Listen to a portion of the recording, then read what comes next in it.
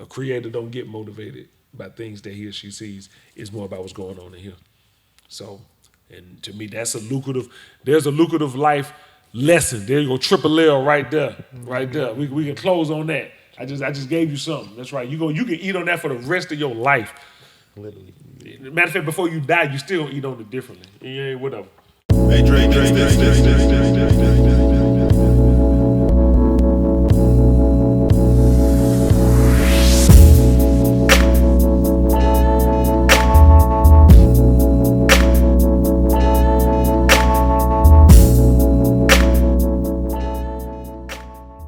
Welcome back to the 2.5 LLCs podcast. I'm your host, Dre, as always, and I have guests with me today. Actually, let me go ahead and let y'all introduce yourselves. I got to my right, aka your left if you're watching, Mr. Dr. Rashad Easley, Doc Ease, Hip Hop Forester. I got a number of names, but I think that for the capacity tonight, we'll stick with Rashad Easley. So yeah. Definitely this is B. B got body 843. That's the capacity right there. Unlike Rashad. That's all we got to. All right, I kind of want to start with a little introductory piece. First, I want to start with the lucrative tip of the day. Lucrative tip of the day pretty much is just an insightful tip that, could be beneficial for anybody who may be viewing or watching this show. And mine would pretty much is, don't be afraid to be yourself, and don't be afraid to figure out who you are during your journey of life, because that's all we're trying to do anyway. Do y'all have any lucrative tips for the people watching and viewing this show? Yeah. Don't let the world influence the vision you have for your life. Vision should come from within, and it should be stimulated or motivated from within. There may be some influence maybe on the outside, but it's mostly going to come from within. So, like if I want to do something because I saw someone else do it, that's not a vision. That's a dream, you see. But if I want to do something, I can't fully explain why I want to do it, but I'm moving in the direction. I'm good at something. I'm like a fish in water. Can't nobody catch up with me. That's because I'm following the vision. So don't let the world impact your vision for yourself. Right. And I would just say it's not impossible, it's I'm possible. Same letters, two different meanings. So it's all about perspective. Okay. Great tips. Yeah, I have a song about it on the album, just what I'm saying at the same time. But yeah, just saying, yeah. lean to it. All right, so speaking of which, how did you all get involved in music?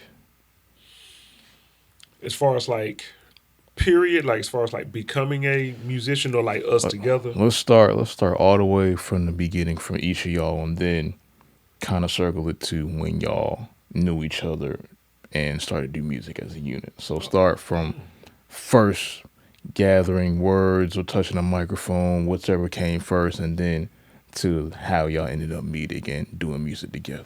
Oh, Dre, you about to get the secret. Hold on, he about to get he about to get the formula, man. You about to get what nobody else got with a question like that. All right, Yeah, that's loaded. all right. So that's a big one. Well, I mean, you want to go first? You want me You to can go ahead and do your journey and I can tell you Oh. about mine. Yes, sir. Okay. Well, well, my journey with music starts back 4 years old. My grandma playing the piano. My grandfather sang in the choir. He was in the male chorus. And the big star at the time for me was Michael Jackson. And if it wasn't Michael Jackson, it was David Bowie. If it wasn't David Bowie, it was Van Halen. Like that's what was happening then. But that's the first influence as far as music goes, sound. I did start out playing the piano, and then I evolved into the trombone.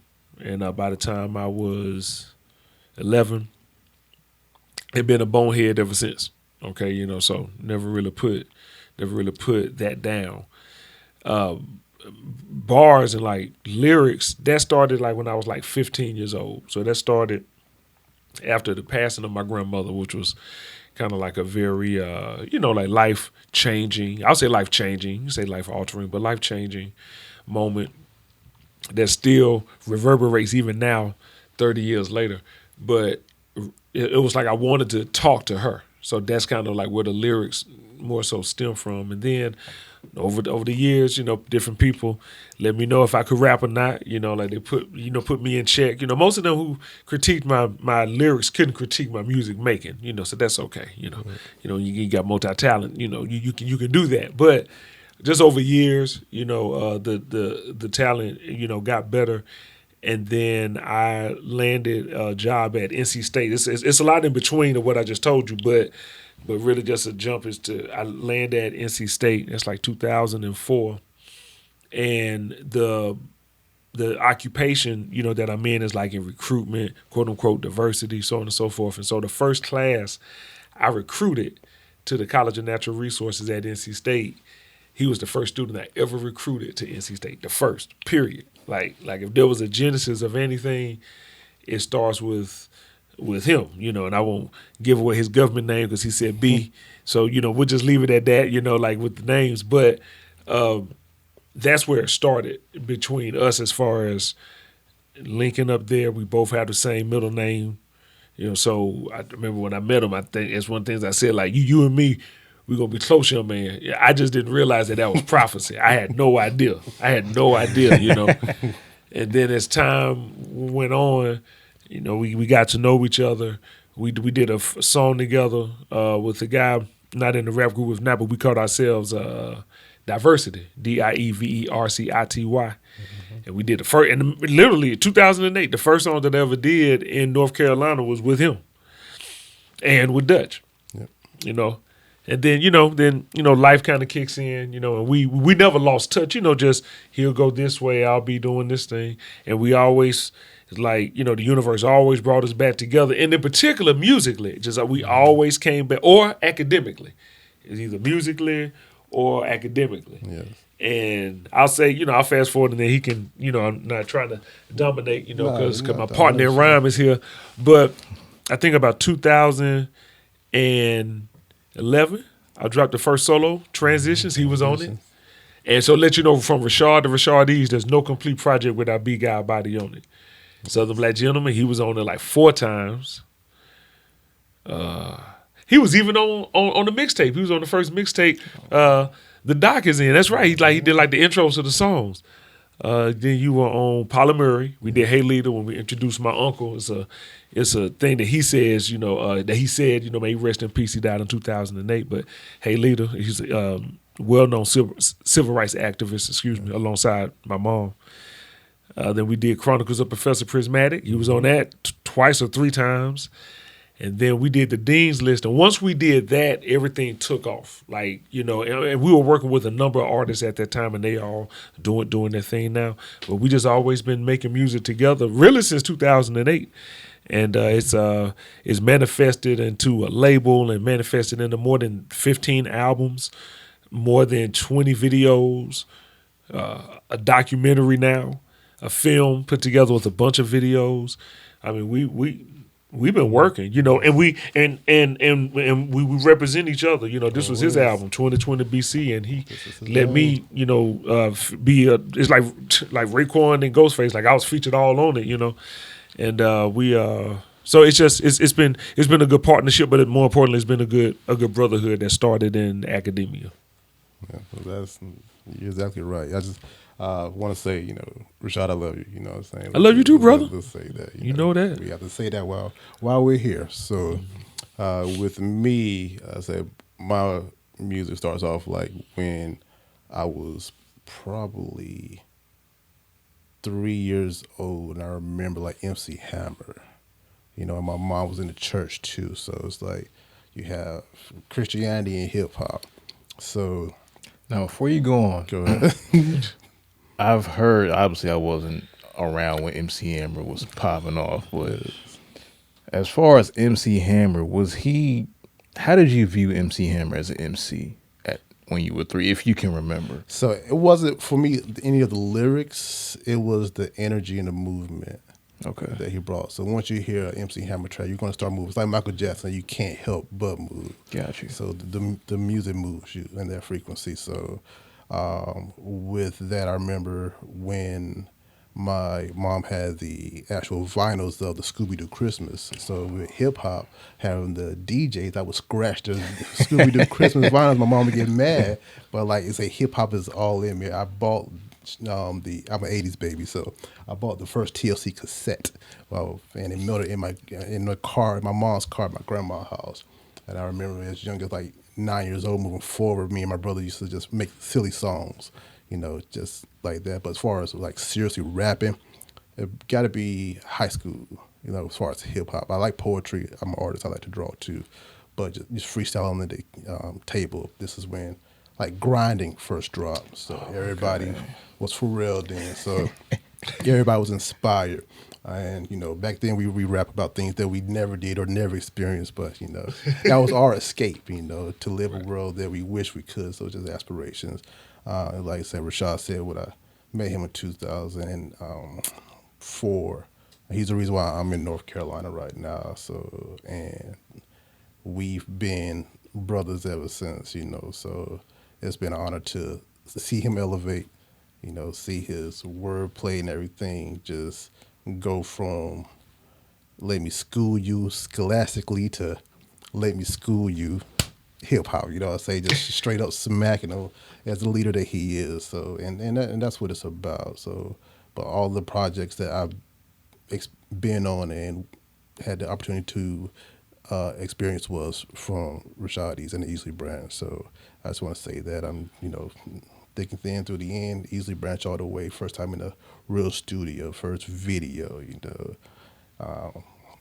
here with, well, he interviewed Goody Mob, even at concerts. We will rap outside the concerts, and other people will come in the line and start freestyling with us, and that's how we met some other people as well. But yeah, well, being at NC State really changed me, coming from a small town where we had 77 seniors to a school that has, thousands of students. So it's like I was able to not just swim, but, fly out the waters and be my own individual and experience life and the trials and tribulations that, he was there for. So it's all about the music. And it's recently, my grandmother, who he got a chance to experience, passed on November the 11th, of Friday, and I was there for her dying hours. But with all of that, she knew about the music. She knows about Rashad, and that's what it's about. It's like it's eternal. It's eternal, just like hip hop, just like Bone Thugs. You know what I'm saying? He's 1999. That's it for me. That's it for me. I'm about a clown right now, but that's it. So what's going back to kind of pivot off you, and then you can answer this question as well. What's the most important experience you've had in your life so far to get you where you are today? I would say the most important one would be he has a shirt on for this hip hop 2020 BC. So actually being a federal court case, and I didn't take a plea. In 2018, statistically, 97% of all federal cases were guilty or plea deals. 3% did not do that, and I was a part of that 3%. So that's why I do what I do, and I talk the way I talk, and I feel the way I feel, because a lot of people can't really tell me something that they never experienced. So it's like I can definitely listen to Rashad and take leadership, but when it comes to certain things, it's like that right there changed me. So there's like no, even I met my now wife, but when she was my girlfriend and fiance, I was out on bond. That's the first thing I told her. I'm out on bond. This is what it is. You get weird or get lost. And even when I'm married, still the same situation. Even though I beat the case, but I'm still unapologetically me. And that's what got me here, was being unapologetically me and having Rashad accept me for who I am from the beginning. He saw me mature from a 18-year-old freshman to where I am now. So that experience right there allowed me to appreciate hip-hop more. I was always loving the 90s, and definitely Tupac. So, having the chains on me, I felt like, Pac, understanding Black Panther when I was at NC State, that's the Afeni Shakur. So it's like all that just resonated with me, my ancestry with the transatlantic slave trade and the Amistad. So it's like having all those experiences and how we always made music, it's just like it never escaped me. So that part, just going through the actual federal court system and winning, being triumphant, and having Rashad there throughout the process. And real quick, I'll let him answer the rest. But they will pull your lyrics up. So y'all rapping, y'all doing all that stuff. It's before it got famous. With the camera, it's before it got famous. Yeah. They pull my man lyrics up out the blue, trying to make it seem like he was a violent person. So it's 2017. Sure did. You know what I'm saying? So and he didn't even know. So and he was there the entire time. So y'all, if you're capping, please say that. But if you're real, you're real, and they are listening because they definitely pull his up, try to jam me in, but they couldn't do it because we too blessed to be stressed. We have praying families, so and we're good people. You know what I'm saying? We're all about positivity and saving your life. Save your life music. Save your life music. I probably say, well, thank you for that. I'm glad that I was a part of, and he was a part definitely of a lot of my important moments. Before you go on, if you can speak on it, what was the case that you beat, if you can speak on it? I can speak. I don't no names or nothing, but just federal. It was a federal court case, so these are felony charges for seriously bodily injury, assault for physically bodily injury and harm. So, that's it. So, assault charge, federal. Yeah, but everybody's good. I wish everybody the best, and never been a person of vengeance or anything like that because like Tupac said, life goes on, and we got to continue moving forward. It's all about saving your life music, and I saved my life, and everybody saved their own. So, it was a federal court case for felony assault charges, inflicted seriously bodily injury and harm. But we're here now.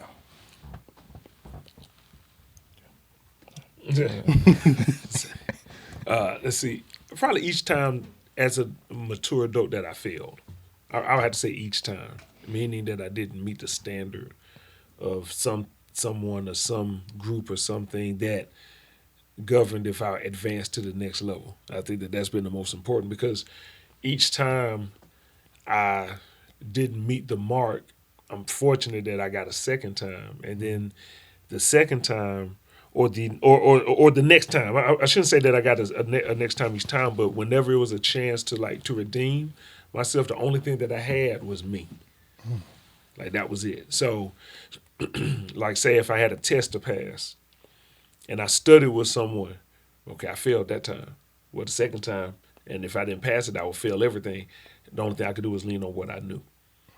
And so those become like the most important because then it allowed me to learn to trust myself more. I still question myself, but it allows me to trust myself more and to move forward and to and to not second guess myself as much as I used to. So, and that's the other thing. Each time it happens, I second guess myself less and less and less, and I keep it moving. And when things don't seem like they're going to work out, now I go, no, it will work out. If it doesn't, that means something else is coming. So I would say that the times that I failed or I didn't meet the standard were the most important times for me. Do you have one in particular that has a little bit of more greater value? I wouldn't say value, kind of remembrance than most. Because I feel like everybody has at least one event that just sticks out above the rest. Well, let's see. I would say I would make it academic, but I think it was something that was more spiritual than anything. So I say like it was a time that I went without having a car for a few months, and I didn't have a way to get to work, and and my parents couldn't help me. Like no one within my sphere could like give me a car, which in my mind is what I really needed at the time. Was I needed a car. I got to get to work. I got to live my life. I got to get to church. I got to do all kind of stuff. And in not being able to call on any of the typical resources or grab hold of them as I would have, I had to sit and be in the reality of not having an operable vehicle. But I live a life where I need a vehicle to get where I need to go to make A plus B equal to C. I have to make ends meet. And so I learned that I learned how to lean in, to the Most High. I learned how to lean into my own genius and figure some things out. I learned how to trust people that I didn't know that I would or could ever trust. I learned I learned that relationship is everything, because the only way I got through it was through the help of other people. Come by, give me a ride, drop something off. Yeah, I'll take you there. And so that helped me to be more benevolent with the surplus that I have, or just with anything, because not having a car for months and still having to go to work. No one at work knew I didn't have a car. They didn't know, and it made me get in better shape because I ran to work some days. I walked to work. It made me do things better on time. I would have to drop clothes off early. It made me become more congruent, a person who does what I say that I'm going to do, because at that point I'm depending on other people. So I have to be where I'm supposed to be. I have to, do various things. And so that was probably I would say that is the biggest one right there. Mm-hmm. I have other ones. I have ones that's like life threatening, as deep, but it was that one. That one still rises to the top. Okay. Now I look back at one of your older interviews, and I heard you say you used to weigh about over 300 pounds, man. I did. And you obviously you don't anymore. The brain, no. Yes, sir. Yeah. So what was the mindset you had to have to be able to shed those pounds? Because I used to be a fat kid myself, and I can't had the same journey. Exactly. Yeah. All right now. Point. Yeah. So, oh wow. Okay. Wait. Hey, you know what? You can definitely attest to, like if we lost in similar ways or whatever. But I grew up eating everything, so. And I'm not going to bash my grandparents or my parents, because they did the best that they could, and they did what they knew to do at that time. So when you grow up in a poor community, or not even if you don't know that it's poor, because I didn't know, you eat what's nearby. Government cheese. You eat cereals that are cheap. You eat rice and put sugar on everything. You put salt on everything to make it, taste good. Invented foods become snacks, and so I grew up a lot of my life a big person. The heaviest I got to was over 300. 302 was what I last recall being the recorded heaviest, and it was a very superficial reason why I lost the weight. I lost the weight because I wanted to get some attention, man. I wanted to get some play. You know what I'm saying? I wanted to get some play. To make a long story, just shorten it. Here we are now. I'm 44. And I'm in the best shape of my life. Like, there is no, I haven't reached my prime yet. And any way you want to look at it, I haven't reached it.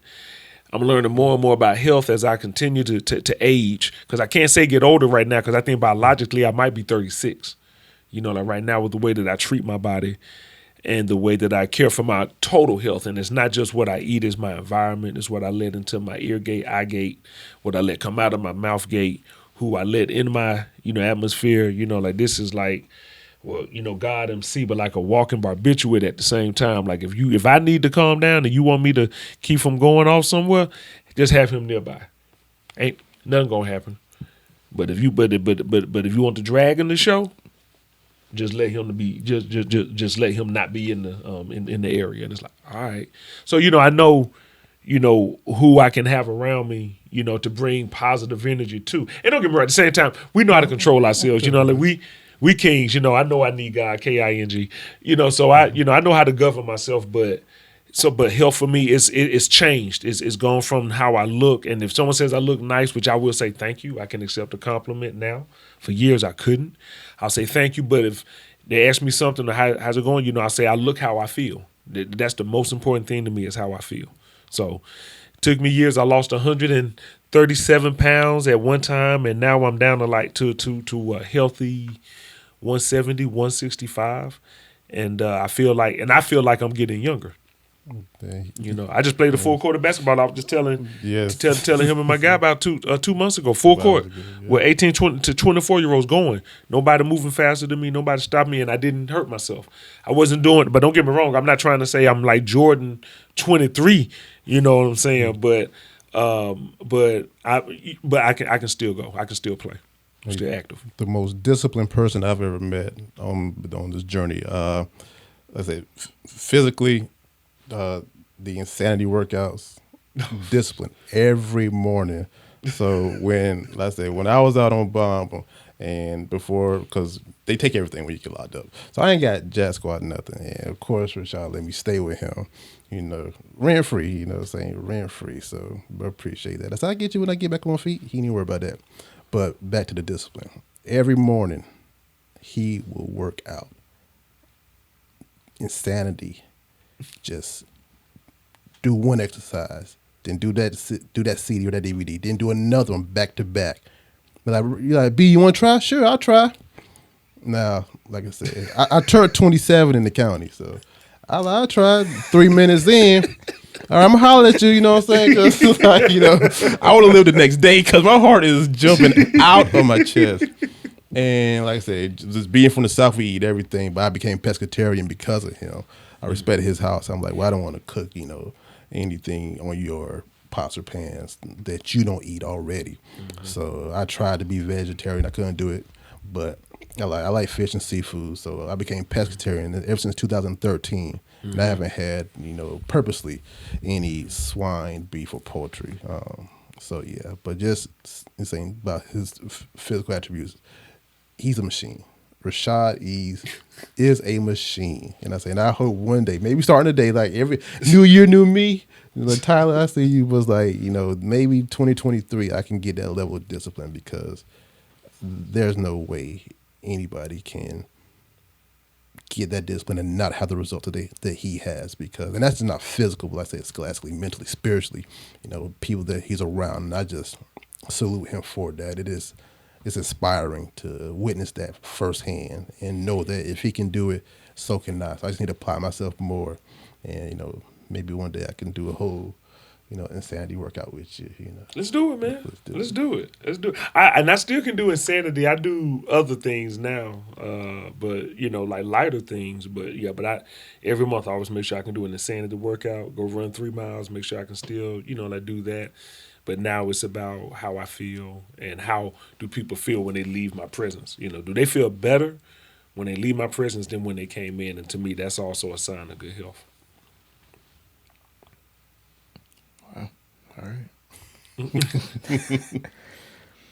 Now, I kind of go back circle to the point of discipline and working out for a long period of time. It's pretty much, in my opinion anyway, from my experience doing it myself, all in the mind, really. Mm-hmm. It's kind of, you got to get to a point where nothing's going to stop me from doing what I need to do at this period of time. Mm-hmm. And then I'm getting all distractions, anything that's not making me get to this goal or what I'm trying to do at this moment in time. Mm-hmm. I'm doing it right now, and having goals and having aspirations of what you're trying to do going forward.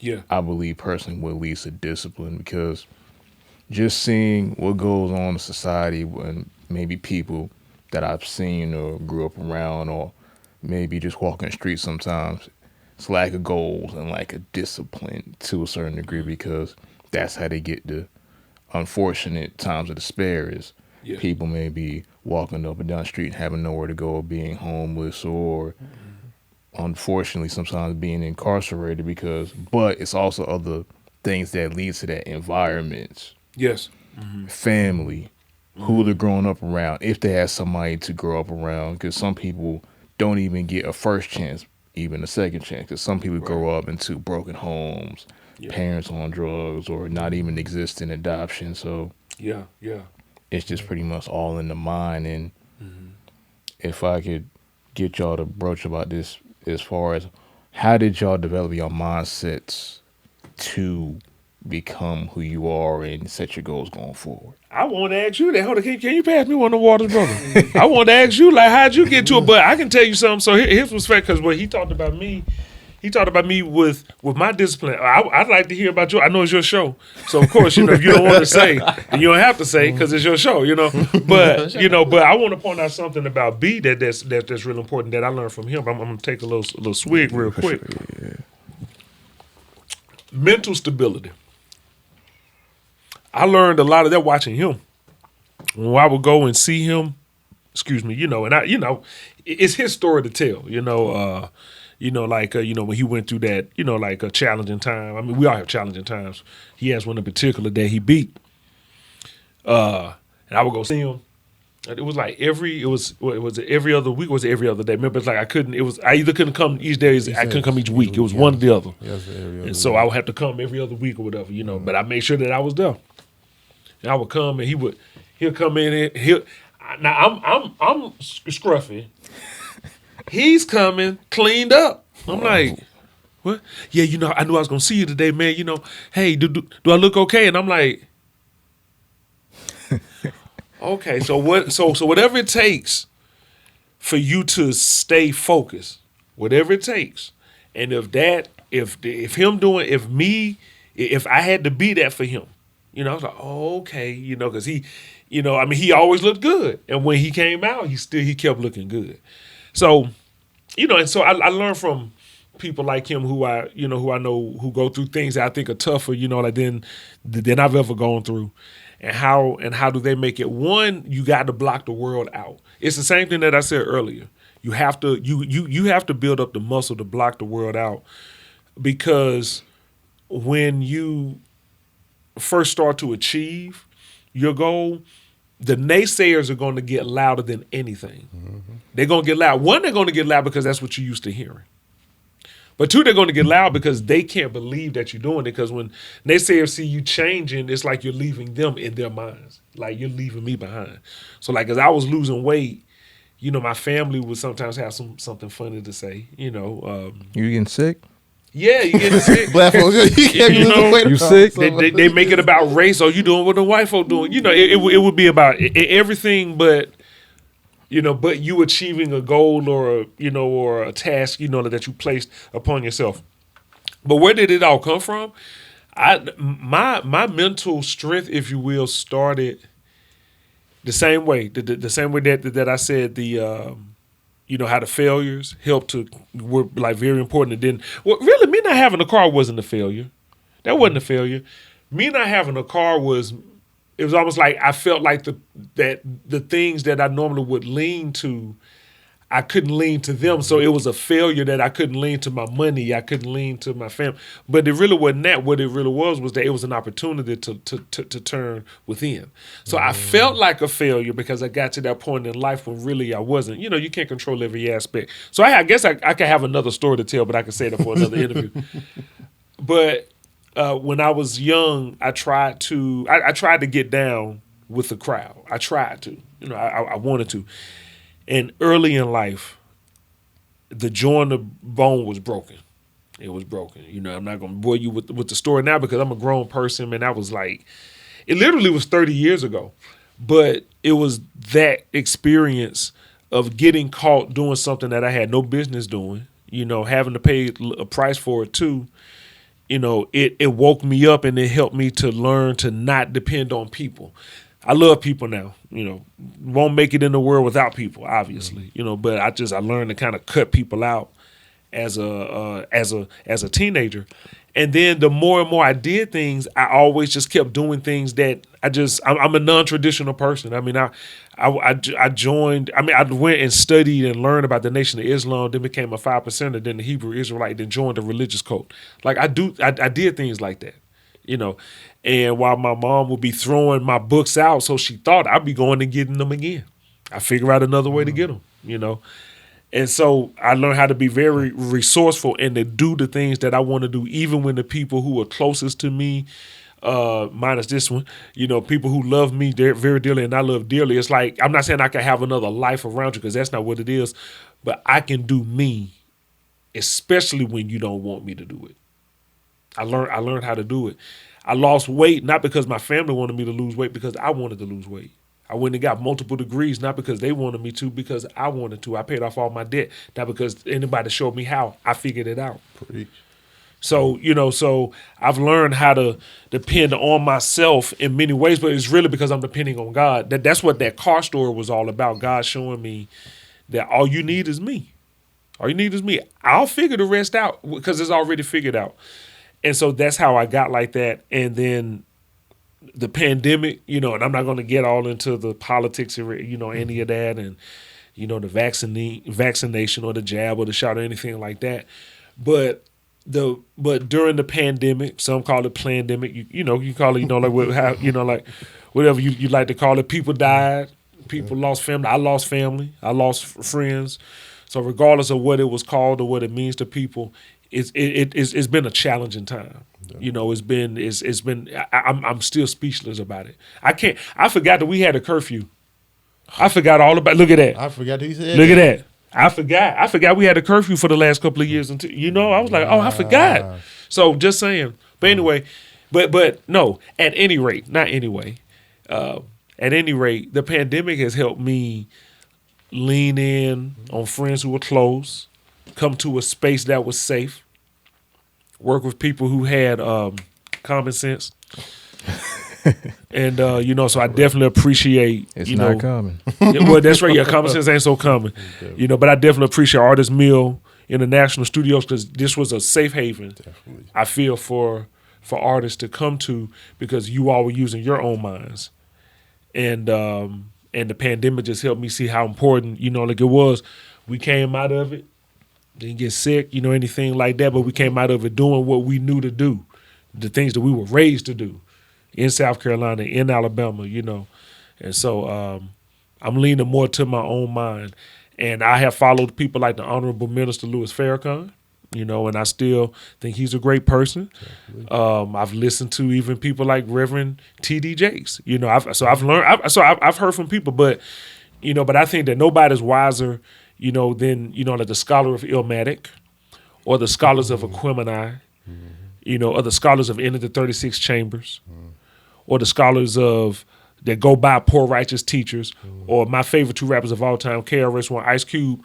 My heroes have a strong mind, and they do things. And so I look at them and thank you for them. And Polly Murray is my number one hero. Yes. They had a strong mind. So there you have it. I'm talking too much. My bad. But yeah, I want to know how did you get there, brother? Mm-hmm. And of course, I know he got to answer the question too. But I want to know what was your moment. Yes, if the doctor can ask you something, we can turn the couch just for a quick moment. I pretty much say I can't point to a specific point, but I'll go to a certain era. I'll say college for me. So I graduated high school 2015, started college same year. Okay. So going to college and kind of figuring out exactly, at least to the best of my ability at that point, who I am, what I'm supposed to be, because I grew up wanting to play basketball my whole life, obviously. And I got tall early, but I didn't go taller, if that makes any sense. That makes sense. So pretty much got the 6 foot, fat, center. Wasn't going to go anywhere past certain level because I ain't know how to dribble. I was still awkward. Still a little bit now. I put it together a little bit, but, to a certain point, it's just not right. You haven't learned, you haven't studied basketball, you haven't been taught, you just did it yourself until you couldn't anymore, and then it's just, all right, well, it's not going to go far. So go to college, just trials and tribulations of just learning, figuring out, all right, basketball's not going well, let's try sports medicine, pharmacy. Didn't work, hated it. Anatomy and physiology, the second part, didn't do so well because I noticed I didn't like it. So I know for a fact if I don't like something, no matter how hard I try, it's just not. I'm gonna be miserable. So I don't, and I'm not gonna want to do it anymore. So after doing personality tests like the Myers-Briggs stuff, kind of finding out what introverted means and trying to re-embracing my creativity because I forgot back in middle and early high school I was doing visual art stuff. Now I wasn't the greatest drawer in the world, but I did like the creative aspect of just pretty much putting whatever I want on a canvas.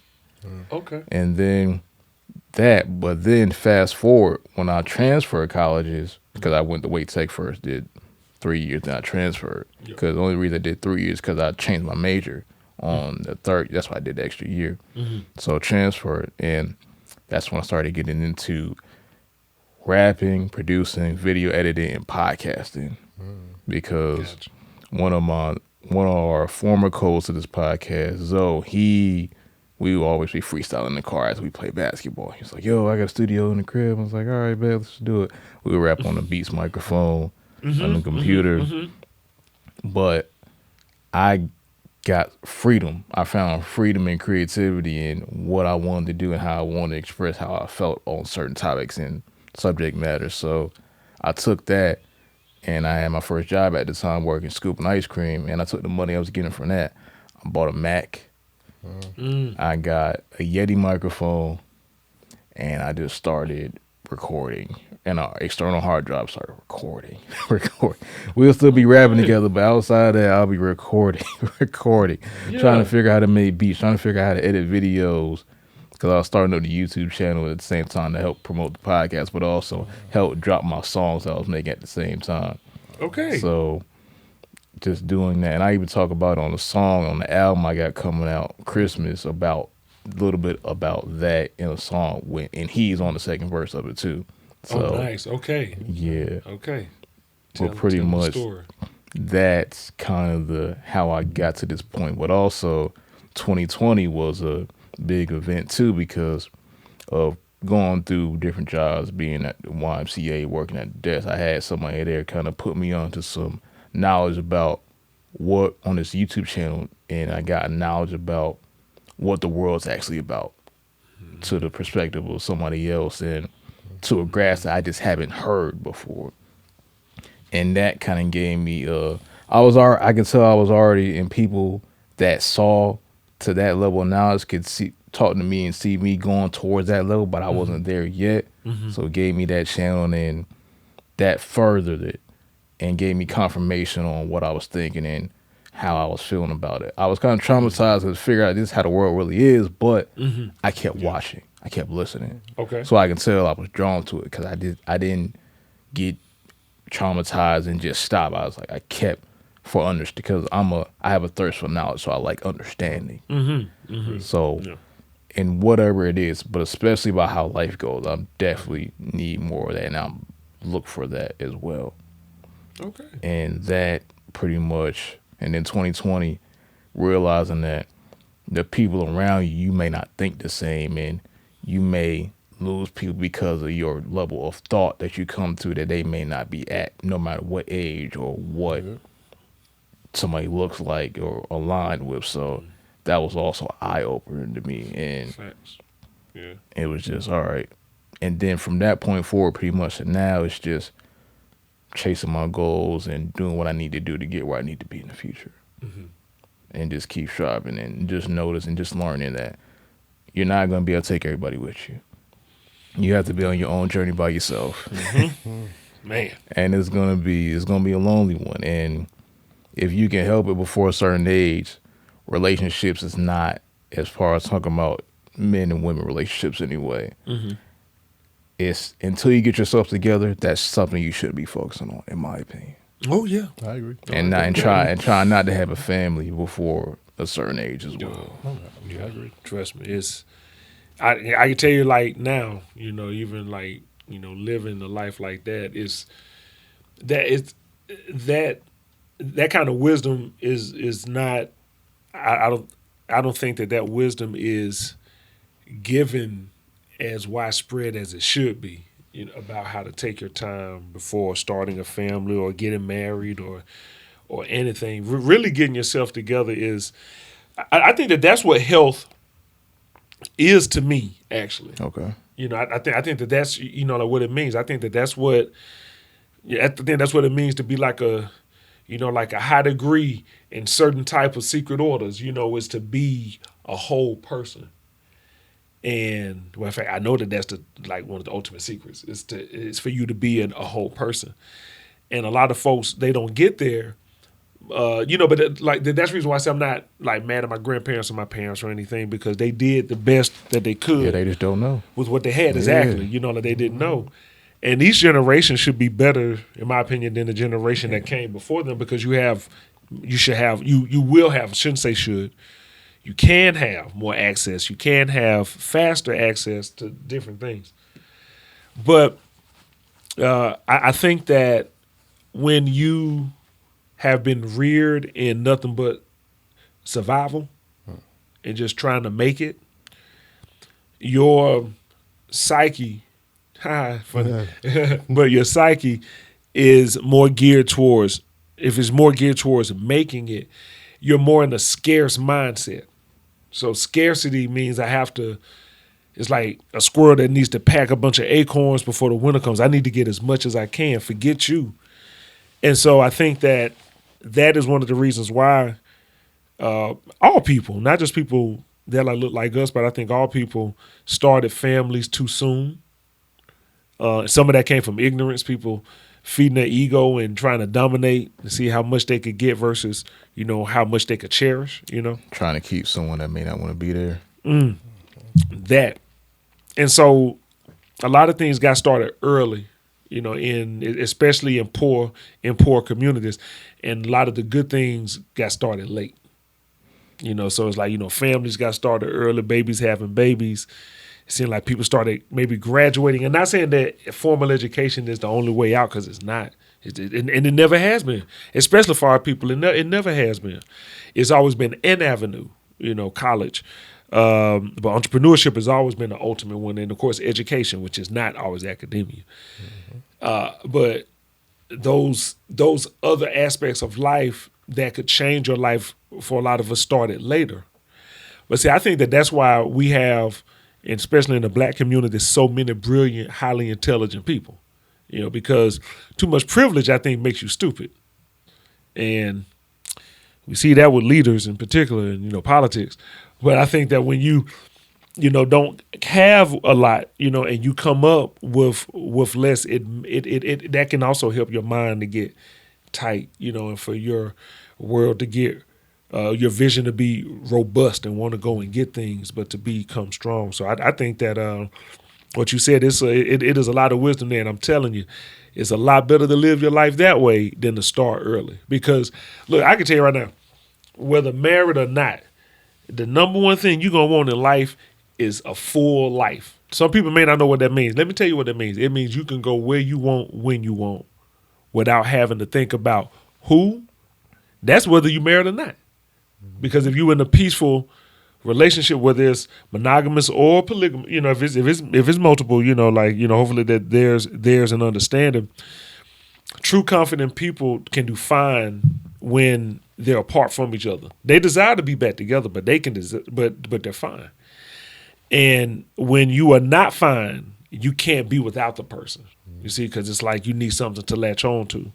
So a truly secure, strong, positive, individual can stand on his, her, or their feet alone. And it takes time to get to what you said. Like you said, for you, it was college. Maybe it was the other experience. For me, it was losing weight. It was going without things, not being able to depend on people.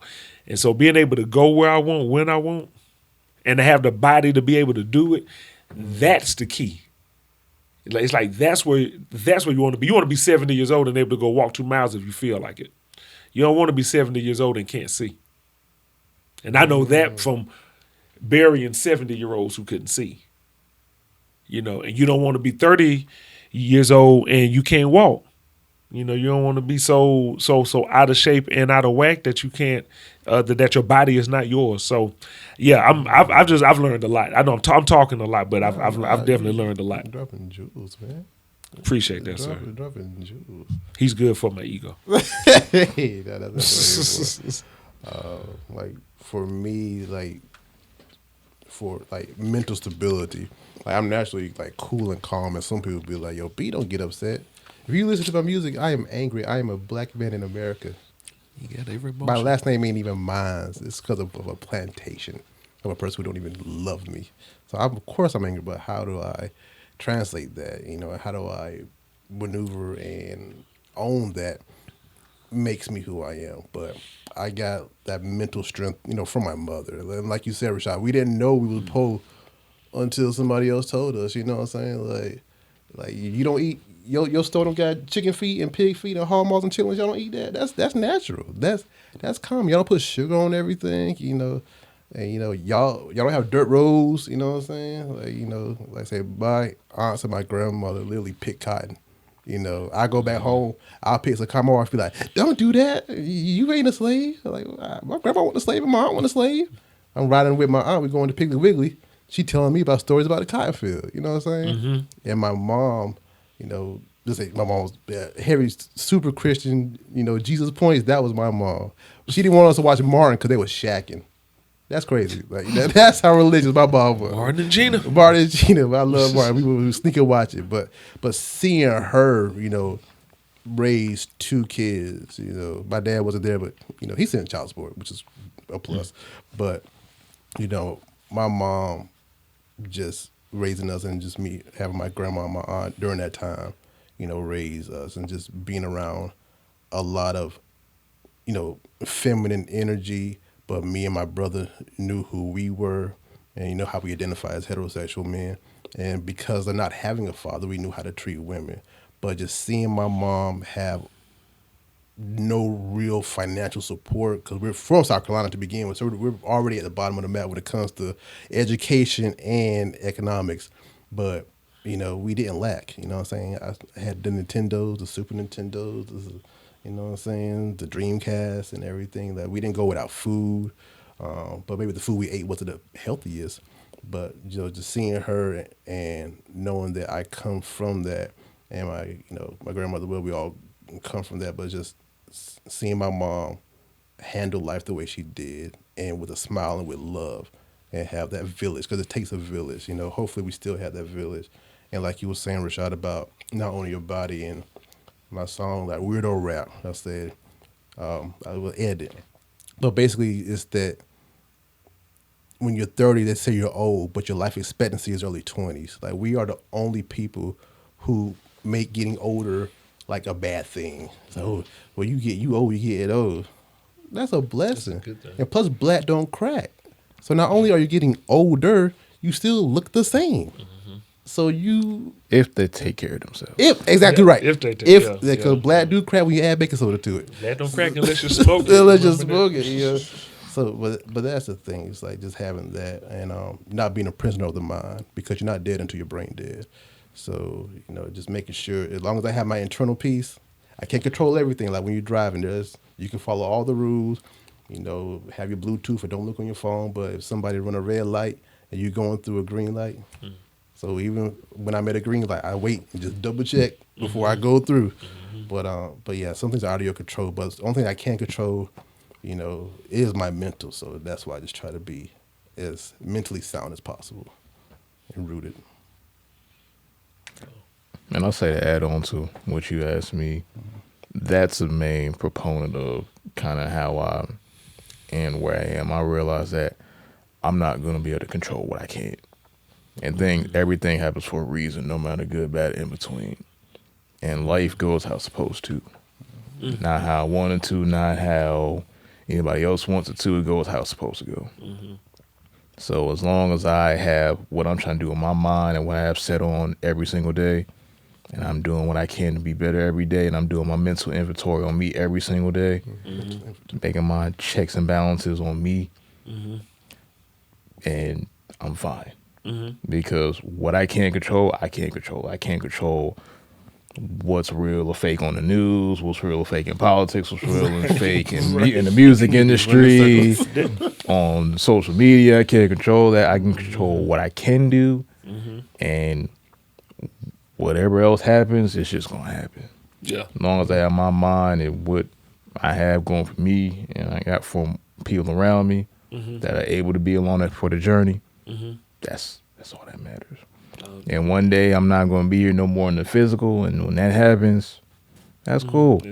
Yeah. And that's also another, just accepting that death is just a part of this whole existence. You're not supposed to be around forever. You don't want to be around forever forever, in my opinion. Anyway, I mean, Right. there's people that do. Y'all have fun with that. Right. So But you leave a legacy. Yeah. So Yeah. Right. That's how you be immortalized. Right. yeah, but me, I just keep everything simple. I don't try to complicate it. It's really the answer is always right in front of us. Yeah. Just like the medicines and the And food. everybody, in my opinion, everybody knows what they need to do. They just have to do it. Yeah. Yeah. I say life is it's not as complicated. Like it's really simple. But it's not easy. But it's not easy. But life is. I just heard Joe Rogan say something recently. He was like, "Hard times make soft people. Soft times make hard people." You know, and I think that we have been tricked. I want to say it that way. Whether it's through religion, whether it's through economics, whether it's through education, we've been tricked. The trick is that there's a point in your life where everything will be perfect. Nothing will ever go wrong. Yeah. And then the trick is that you can do everything. You can prepare for everything. That's the trick, and that is so far from the truth that's one of the biggest lies ever. You know that's the reason why people live for retirement. It's a trick. You know, most people who settle into retirement die. You know, because they're not still activating their body as well as their mind. You know, let alone the talents that they have. They Right? ain't nothing to live for anymore. Right. So then what do you do with that? Nothing. Right? No, you're supposed to use that. You're supposed to use that to bring you more. You're supposed to use that to build. You don't have to die 70. You shoot. I have uncles who lived to be 108. It's the So workers' mentality, in my opinion. Yeah. So, so you have that trick there that you get to a point in your life where everything is perfect. And then you have the other trick, which is that someone else is going to take care of you. And I think that is the other lie. And so people who desire that, and I'm not trying to talk about anyone and say that they're wrong and say that you're a fool or nothing like that, but anyone who is given into that, I just encourage you to understand, please, that it is a trick. It's almost like it's meant to make you impotent. Like it's meant to make you dependent on something else that you don't need to be dependent on, which is like a medical system that's going to give you more easy fixes instead of the real, like issue to solve the problem. Gets you dependent on working 24/7, working so much around the clock that you don't have time for your family, let alone for yourself. So you can't even tend to your own health because you can't pay attention to yourself, So that's and the reason why I say it's a trick is because I'll tell you, like I said, I'm 44. In 1983, we ate more at home than we ate out. In 2022, people eat out more than they eat at home. In 1983, we didn't have AIDS and cancer like we do now. So it's a trick. When you look at 2022 now, look at how many people, and look at how easily people die from COVID. And that's not trying to insult or hurt your feelings, but it was easy because we had so many other sicknesses. Yeah, I looked up, I heard there was some stats that pretty much early on when COVID was first out that most people that were kind of passing on from it at the time, maybe still to this day around that same token, but of the underlying health conditions, the people with high blood pressure, obesity, were pretty much some of the ones that were easily passing on from it because they just weren't. It wasn't because they caught it, but because they weren't healthy and they caught it. Yes, And right. with that, I say it also has to be like, because your mind, your body, your brain controls your body. So when you keep telling yourself, I can't, your cells are living. We're all scientists and engineers, so your cells are living. So you're made up of all these trillions of cells, and everything is alive, and there's a life cycle. So your cells die and they regenerate. So anyway, so if you keep telling yourself, I can't, you internalize it. You become that.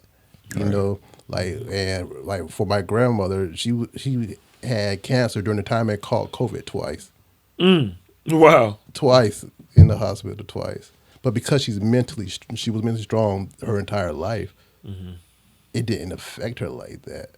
So if you have a will, that mind over matter situation, is cliche as it sounds, it is reality, yo. So when you give yourself these mantras and, you know, I can do it, or I look good, I am beautiful, and I hear songs like that, it's a wonderful thing. But you have to believe and have that willpower, because once you have that doubt, that plant that seed, like I said, it can cause everything to fail just because you believe in your underlying health issues. Or Right, you believe that I don't have the education, or you believe I don't have those qualifications.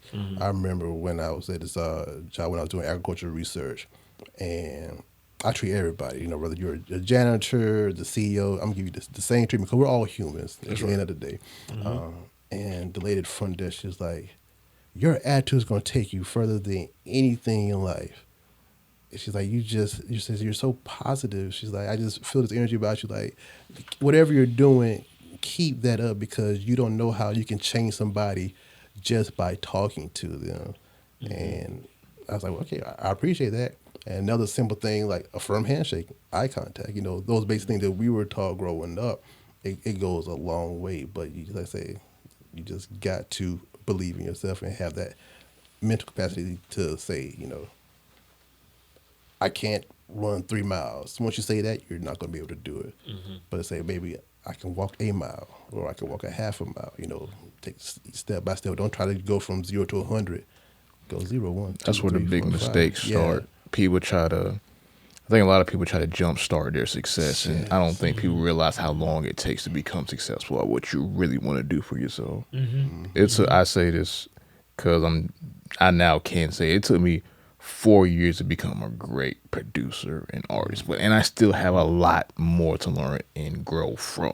I believe that. Now it's just now I'm getting to the point where, all right, I know this, and I'm able to see. My friend had to tell me how I process things, because I didn't even notice this myself, but it makes sense. I pay attention to detail a lot, especially when it comes to me, of course, and knowing how to pick apart how I need to improve in rapping is being more creative with my wordplay, or descriptive in certain aspects to make, you know, certain words or phrases come together and hit harder, instead of just being so basic and just saying straight to the point.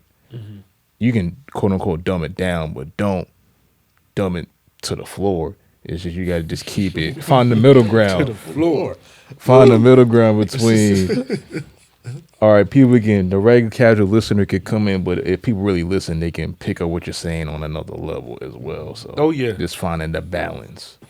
Yeah, I was telling we got the Easley Branch. You know, we're a label. We got artists around the country that we work with now, so we happy we could share that. And we got one that's down in Birmingham, Alabama, which is my home where I'm from. Agent X, and so working with him. He has about the EP that's almost finished now. Okay, but he kind of on that old in a way like hieroglyphics, Cool Keith. MF Doom, you know, he has that, you know, like not on the rhythm type flow, but we're in the studio and he's working on the song. The bars are there, you know, but he's rapping in a way that makes it not fun to listen to him. And that's why I told him fun. I said not necessarily easy, but fun. I was like, because if you're fun to listen to, whether you rapping on beat or not, people are going to lean in. I'm like, but if you're hard to listen to or harsh to listen to, it's hard to keep the listener. So I was like, take this word out, do this, just try this, just try this. And he took it out and got in front of the mic. And I'm talking about, man, flow, man, it was like he was on a roller coaster. He was on point, he was on the rails. And he was like, man. So then he said, at first I thought I was dumbing it down. And I said, no, you're not dumbing it down. You're making yourself more fun to listen to. You see, and I was like, because one, if you got the most intelligent thing to say and nobody listening to it, then do you really have anything good to say? Yeah. I mean, I would still say you do, but the question is who's actually hearing it. Communication has to be a sent and receive message. That's it. And so once he did it, two-way, You know, it's just like respect. It's just like diversity. It's a two-way street is what I always tell people. And once he did it, it just became easy. When he went back and, I remember he took it to his hood and played it for people. They like just put it on repeat. They're like, hey. And I said, see? I said, that's how you know right there. If they just want to hear it again, and then you can just do it again. And the good thing is that if you can do it like that, once you get your not your palette. Well, I guess once you get your style down or you get your sound down, you can change it whenever you want. You start working smarter than harder. Because now you can get in there and like, okay, how do I do this? How do I do that? How do I do that? Excuse me. And now I remember when I first started rhyming, man, I just wanted to say what I wanted to say. That was it. I just wanted to say what I wanted to say. You gonna listen to me, damn it. You gonna hear what I got to say. Then I got into... Didn't I tell you? Right, you know, then it was, I'll be honest, say what they want to hear. Mm-hmm. Okay, so I did that, you know, so I said, all right, you know, did that. That didn't last too long, you know, I'm like, But then it was say what you want to say it the way that they want to hear it. Okay, and then that, in my opinion, is when I really started honing the skill even tighter then, because I was like, yeah, now it's say what you want to say when you want to say it. And that's it. It don't matter if they want to hear it or not, because your tried and true supporters are going to listen to you, period, because they want to just hear what you have to say. So the fact that now we're at a point where we can say it and people want to hear it because they're like, hey, man, they are flowing, they are killing that. Like I got so much love off of Diagnosis. It was crazy. Off of that project. I got a lot of love off of that. And then my new song I just dropped, I'm getting a lot of love off of that right now. So, you know, people are listening to what we're saying. I think that helps with promotion, marketing, and being consistent as well. Because in my opinion, I think a lot of people don't respect the art of rap and hip hop today, which is understandable because of what is presented and the way it is presented nowadays. Mm-hmm. But also a lot of people, in my opinion, aren't listening. But at the same time, I don't think artists themselves at certain levels, especially on the upcoming level, don't give themselves the proper worth and value for what they do, so they can profit off of it in the future. Mm-hmm. Even though maybe a lot of people trying to do this, it may not be the best, but I don't believe that the ones that are either serious or almost trying to get serious about it, they'll put enough value on their craft so they can get properly compensated for their time and efforts. Mm-hmm. So in y'all opinions, what do you think artists should do to get more respect and value off of their craft? I'm asking you to pass me another water, and I think you should answer that first because I got an answer, but let me hydrate. we all made of water, so we got drinks. So it's like, for me, I say that what you got to do is, and this is, talking to myself as well. If you're going to say something and that's what you want to say it. But if you're an artist, then you have to change it and flip it. It's like, Pusha T raps about him being a dope dealer, push crack. But the way he say it and how he does it is different each time. Jeezy, same way.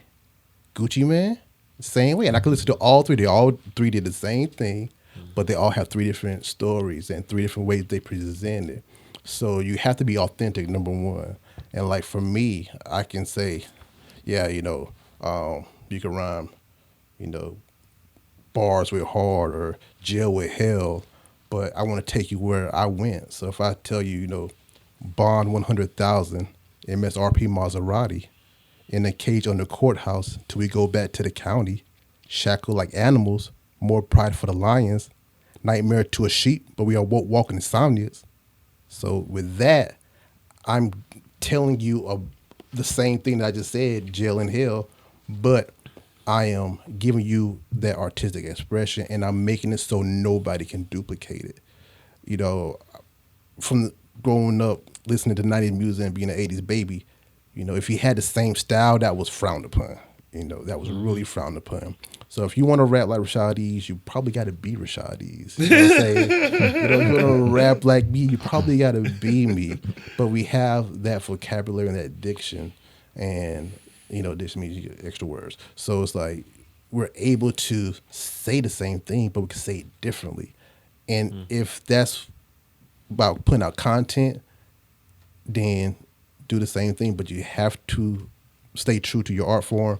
But if you're going to put something out, put it out, but put it out in a way that you own it. And so when somebody hears it, they're like, oh, that's different.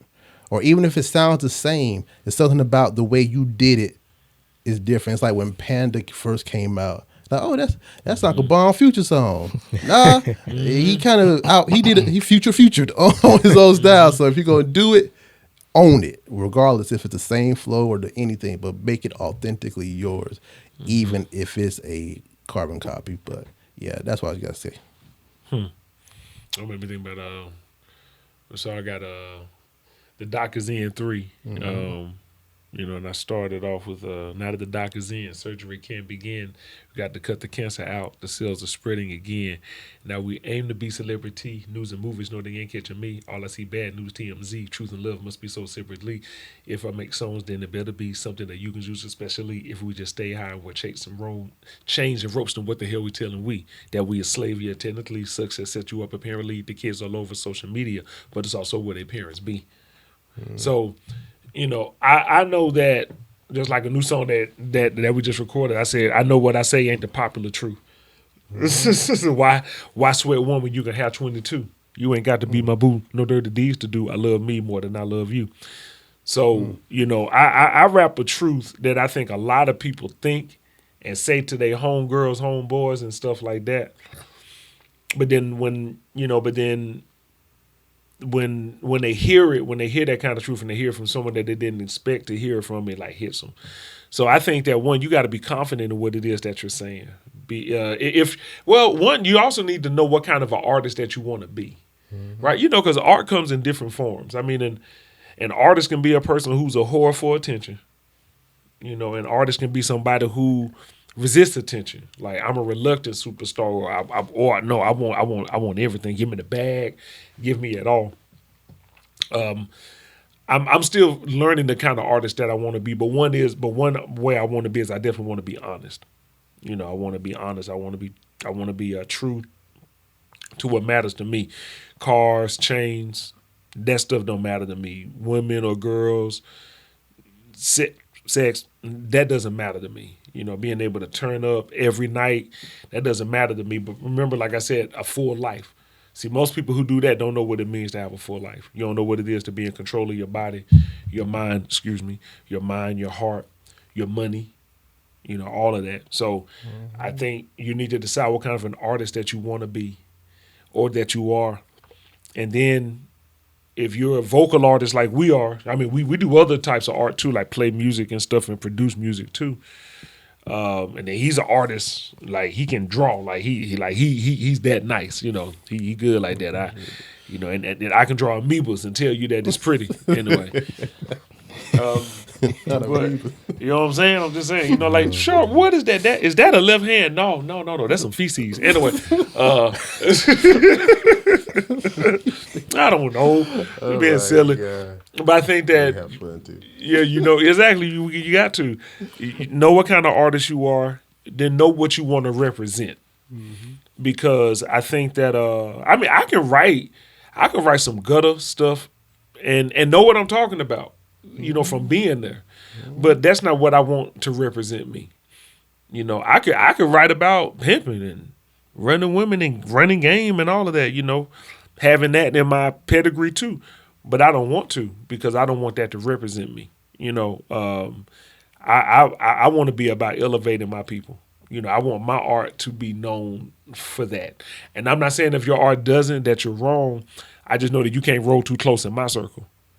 If it doesn't have a message, and I mean a message that's about elevation, not a message that's about predatory capitalism. That's whether you're a stripper or a drug dealer or a person who doesn't just care about people's emotions and just want to get money. Because I'm not going to blame the people who look like me as though they created the situation that our people are dealing with when they didn't.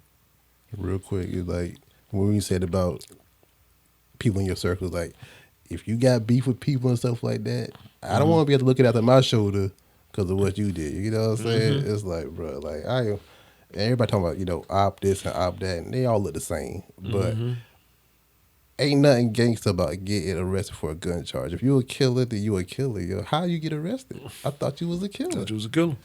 So we know who you gonna kill and who you not gonna kill. So that's a whole different conversation. But I think it's like, and we're all adults as well. And when I say you gotta get along with everybody, because regardless of even people in sets, they don't just set trip for the sake of set tripping. Like it's about self preservation, like Nip said. Yeah. But we're still a community regardless. Right. You know what I'm saying? Right. So if you just I'm so Easley Branch, I can't talk with nobody, or I'm so pro black, I hate everything white, you're not going to survive. You're not going to live long. You're not going to be able to provide for others because you isolate yourself so much.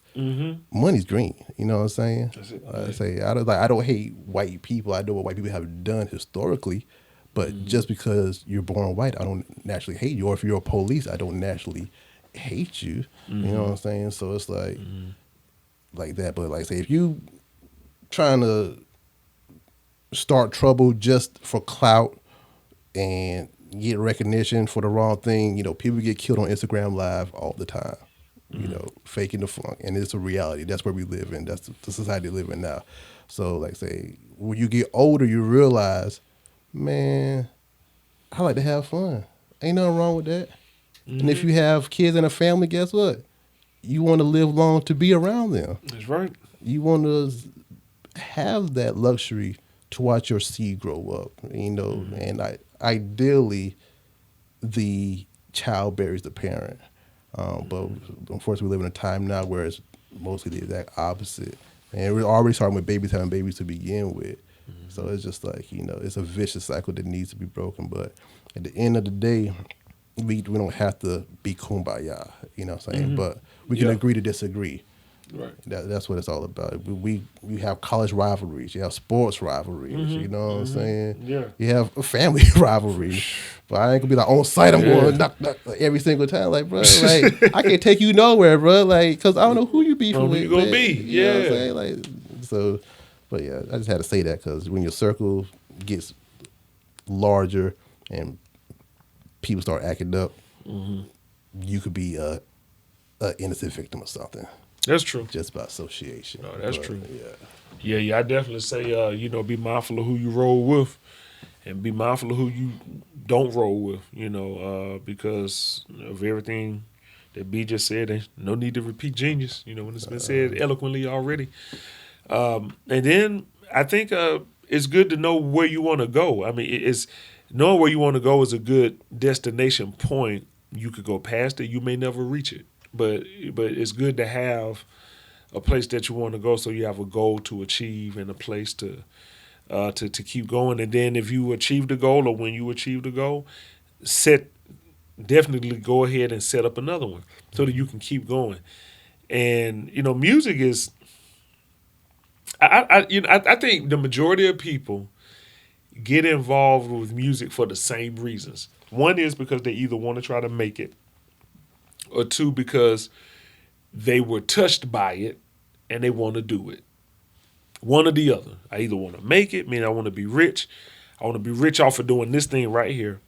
Or I heard something, I saw something, and it just made me go, I want to do that. I want to see what it is to do it.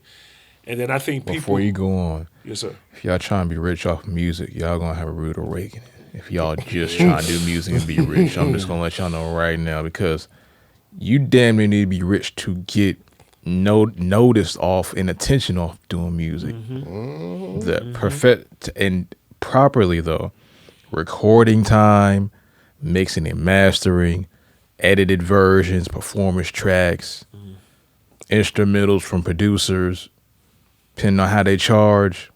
Trust me, if you're trying to make it just off music, you're gonna have a rude awakening.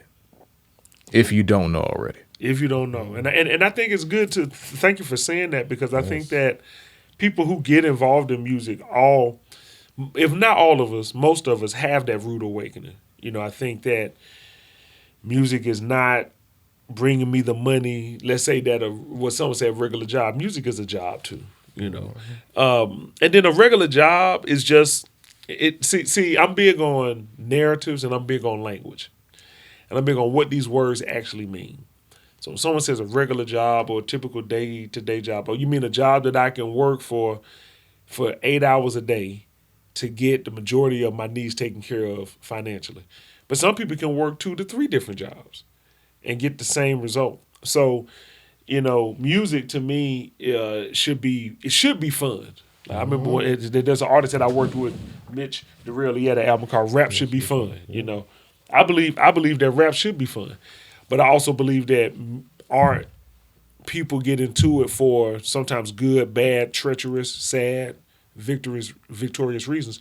So music can also not be fun.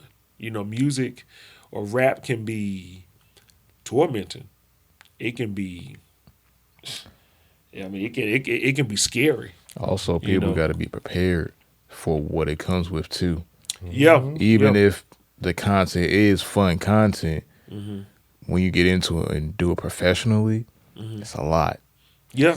And you don't know the impact that you have on people too. Sometimes,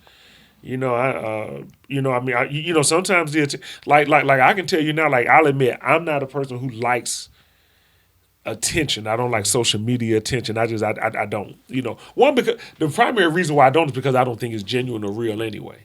So it's like for the most part it isn't. It's a bot or something. For the most part. Yeah, if you can like something, not like something, okay, then that's too easy for me. But I also understand the time that we live in. So it's a way to it's a way to engage. It's not the only way, but it is a way. But I think that knowing who you are is very important.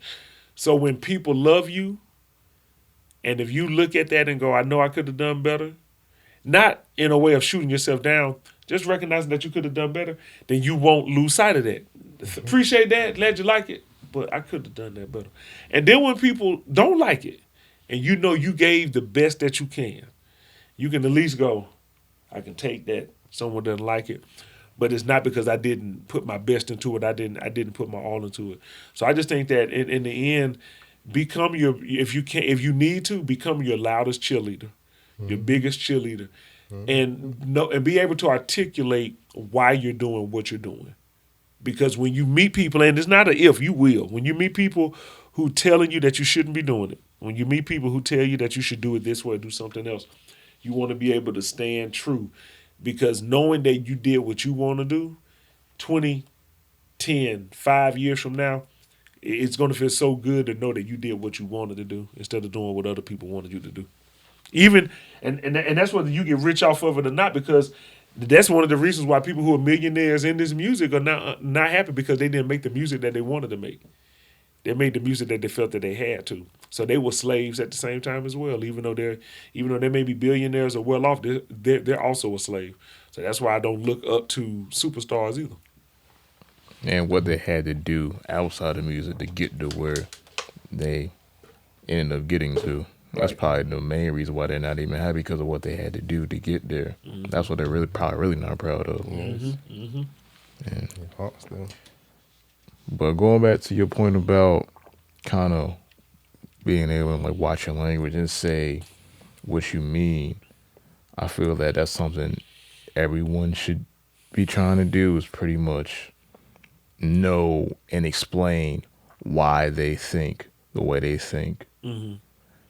Because people are going to ask you, especially in these times and going forward, because you may not agree with the status quo, why do you think the way you think? You may or may not follow this advice, but just for clarity, or just because you know what you're talking about, be able to cite and know what you're talking about, and most importantly, explain why you think the way you think about these topics or whatnot. Just so people don't try to question you and don't try to disrespect you because you're intellect. Yeah. I think it is great to know. I think when you know why you do what you want to do, even when someone doesn't agree with you, you can still hold to it because it's clear to you. What's clear to you doesn't actually have to be clear to anybody else, even to a loved one.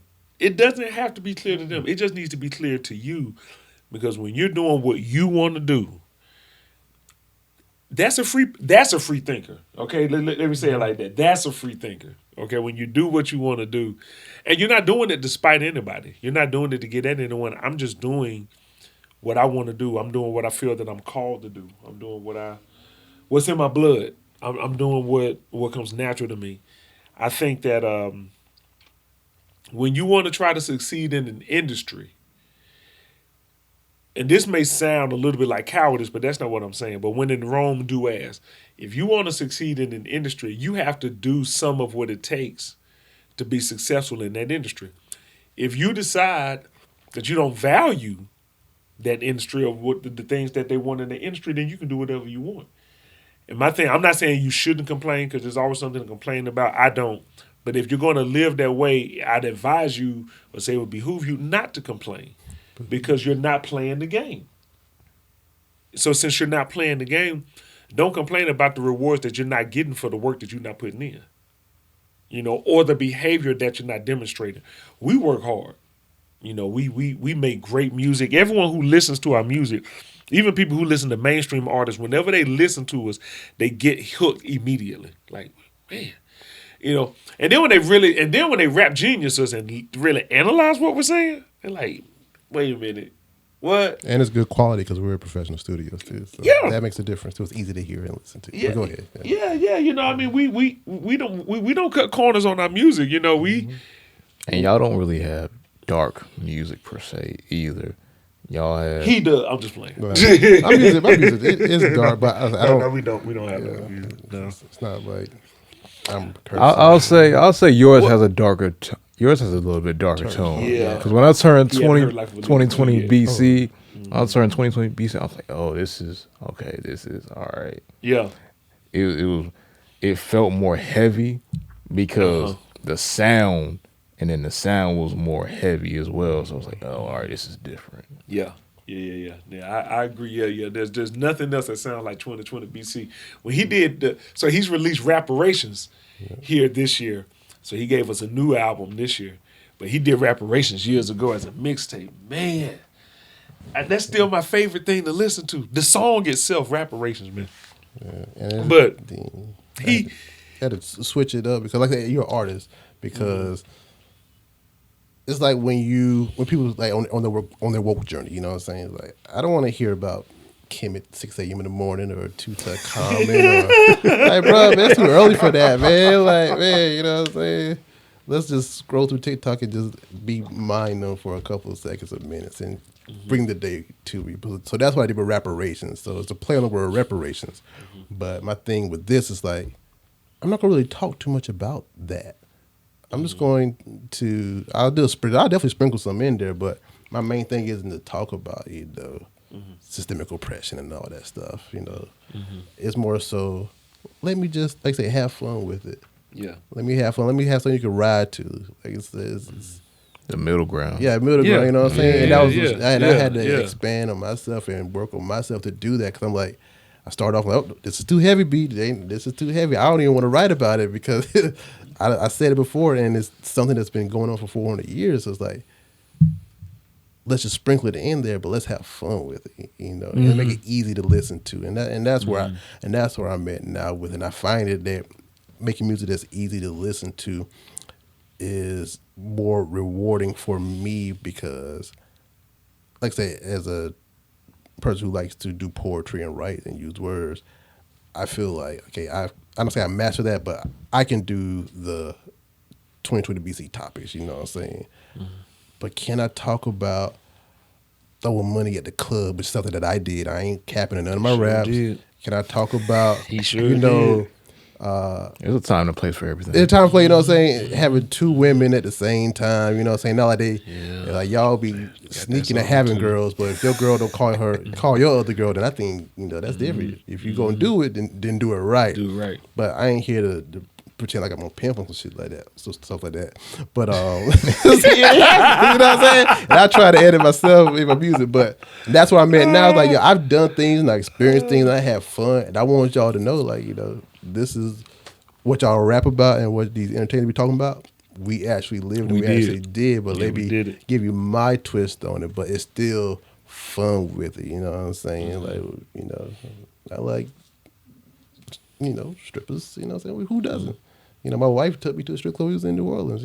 I might go to a strip club for Christmas. But I ain't been in a hot minute because I'm a changed man.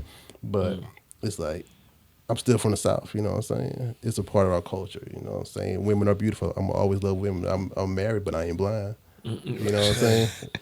Yes, sir. But it is what it is. But yeah, understand. Yeah, you got to branch out. Branch, Easley Branch. But yeah. Yeah, no, I mean, my music is very knowledgeable. Or my lyrics are. I know that, and so I work to sound easy to listen to. Because and not that I can't rap about other stuff. I mean, we have fun songs coming. I mean, I got a song where I'm like, kick it with me, chill on the beach, sunshine is on me, sand on my feet. I mean, like I know how to have a good time. I mean, I'm talking about why the sound on me. That's a natural way to get vitamin D. Now I'm teaching you. I like to give vitamin D. See now I'm reaching you. Because I enjoy vitamin V, traditional, non-conventional. See, so then I'm still saying something else. Unpredictable. I be so. I like to have fun with my lyrics. Now, I spend a lot of time teaching, but that's because I'm a teacher. I am a professor. I am a scholar in more ways than one. Published texts and stuff like that, former all the way pastor. to former pastor. So I mean, I'm an orator. I am a speaker. I'm a public speaker. I know how to make you feel something, and I know how to bore you if I want to. I know how to disappear, and then I know how to be the biggest light in the room. Lyrically, just like everybody, I want to be the best. I want people to know that they're listening to the best. But I have my own way of rhyming. I do more just like everybody, word association, but I do more word association with movie titles, with comic books, with world events, and with song titles and things like that, albums and artists that try to draw you in. So I like to have fun that way. So when you listen, I want you to just kind of take the message but go, oh, dang, he just tied that line to that line, so on and so forth. But it took me a long time to get to that point because, like I said, I first started, I just wanted to say what I wanted to say. Over time, I've learned, wait a minute, say it in a way that people want to listen to it the same way that I am. That's why I love Rakim, Nas, Sci-Hi, Rise Cass, Andre 3000, Black Thought, because they say things the way that I want to hear it. And then I'm glad now that I make music that I want to listen to, though.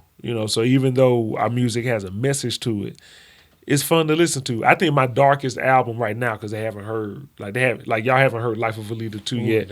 You haven't heard the Environmental album yet. You haven't. So he got another album in the clip. I got 3 in the clip. He 3 always thinks, Done yeah. or done. Yeah, Done. this stuff is always Majority of it done here. Yeah, majority of it done. But I work in Connecticut. I just recording in Atlanta. I do recording in Alabama now. So, I got music kind of all over the country. But Life of a Leader, I think that's my darkest album so far. Because, I mean, I talked about Life of a Leader 1 or 2? 1, because I haven't released 2 yet. Gotcha. Two is going to be darker than 1. So Life of a Leader 1 is not me claiming that I'm a leader, even though I am. When you look at people who do follow me, the people that I've led and the different things that I'm doing, I'm not a leader who wants to lead, if you will, but I am a reluctant leader. Natural. He's a natural born leader. Thank you, leader. Bloodline of leaders. Appreciate that. Well, he would know. He would know, because he does it. You know what I'm saying? He would know. It takes one to know one. But I wanted to tell the story that because I do have some skits on the album. I wanted you to see the easiness, what it takes to be a leader, because it can be easy as long as you know. That's what the song Confidence is about. If you sound confident, a dummy gonna follow you. They just for real, a dummy will follow, just like an intelligent person. They will follow you if you sound confident. I have a song in there called "Data Cost You." It's said that cost you, but I spell it literally. Data cost you. Because your data costs you something. Information people have on you. But in that song, I'm talking about, racism. I'm talking about families being split apart, the things that happened during the pandemic. Families being stopped. Different immigrant families coming into the country. At the end of the album, I have a song, and I'll close with talking about this album with this one because it's a great album. I got some hype songs, like "Don't Settle," "Strolling in the Woods," but this one song is my favorite song on the album. I just sent it to you the other day. "Cost." I think everybody, if you want to get the life lesson on this album, listen to "Cost." Yeah. It's the next to last song. Yeah. Every album I do, my next to last song is always the deepest song on the album. Chronicles of Professor Prismatic, it was your turn. Life of a Leader is the song I'm talking about. All of y'all, Diagnosis. It's like the next to the last song is always the deepest song. And then "Cost," I explain to you what it means to be a leader when you're working with other people. You're gonna watch people come into your life, and then they're gonna leave your life. And then they're gonna jump off of the launching pad you built for them. And then they act like they did it on their own. And then you got to watch it. And I've gotten to sit back and watch people do that in my life. And I've been able to learn how not to be, not to get mad at that anymore because it's the natural progression of life. A student becomes a teacher, and then a teacher basically becomes a student again. Twice a child, once a man. So like you said, you love to learn. So always stay in a place to learn. I don't look at those experiences now as someone stole something from me. I'm like, nope. I look at them now like I learned something.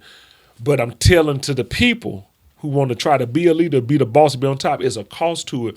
And that's the cost that you end up paying a lot of times is watching other people blossom and leave. And you're just not prepared for that, or leave while taking your stuff with them. Because most of the people who left me didn't leave like I ran them away. They left and they were still tied to me. So it was like, it's just like Nas owning a piece of Dead Presidents because of the sample. I own a piece of what they do. And so now I have the solace in that and being proud that they're doing what they're doing because I have a piece in their legacy no matter what anyway, especially if I help them launch. But "Cost," I think that's the deepest song on there for me. Life of a Leader. All right, so I got 3 more questions before we close out. Okay. A word or a phrase that makes you great? A word or phrase that makes you great?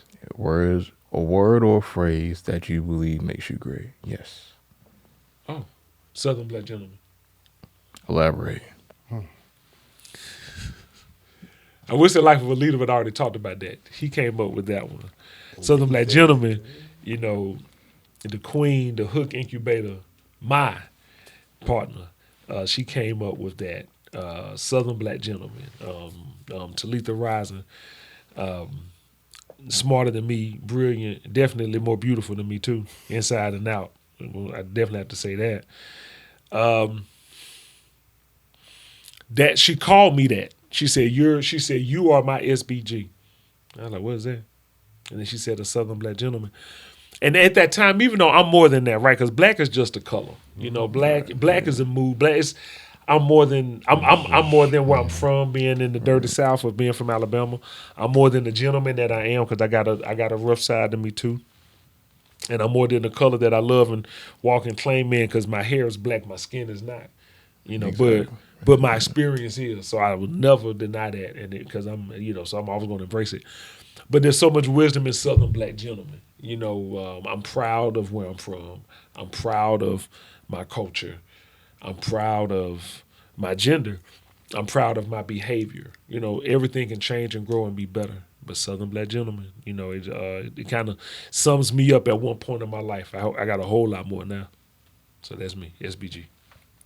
Okay, so for me, as we're doing albums or songs, I would have to say Mark of the Best. So not Mark of the Beast, but Mark of the Best. I peeped that line on one of your tracks. I forgot which one it was. I peeped that line. And he does it all the time. That's because, number one, I feel like I'm the best. And hopefully everybody does with their own music. You have to champion yourself because if you don't, nobody else will. So you got to be your biggest cheerleader and advocate for yourself. But with that, it goes into not just me being the best and playing on words, Mark of the Beast. So there's some, some savagery in that, but also borderline blasphemy because I am the God, and some people hear that, oh, he calls himself a God.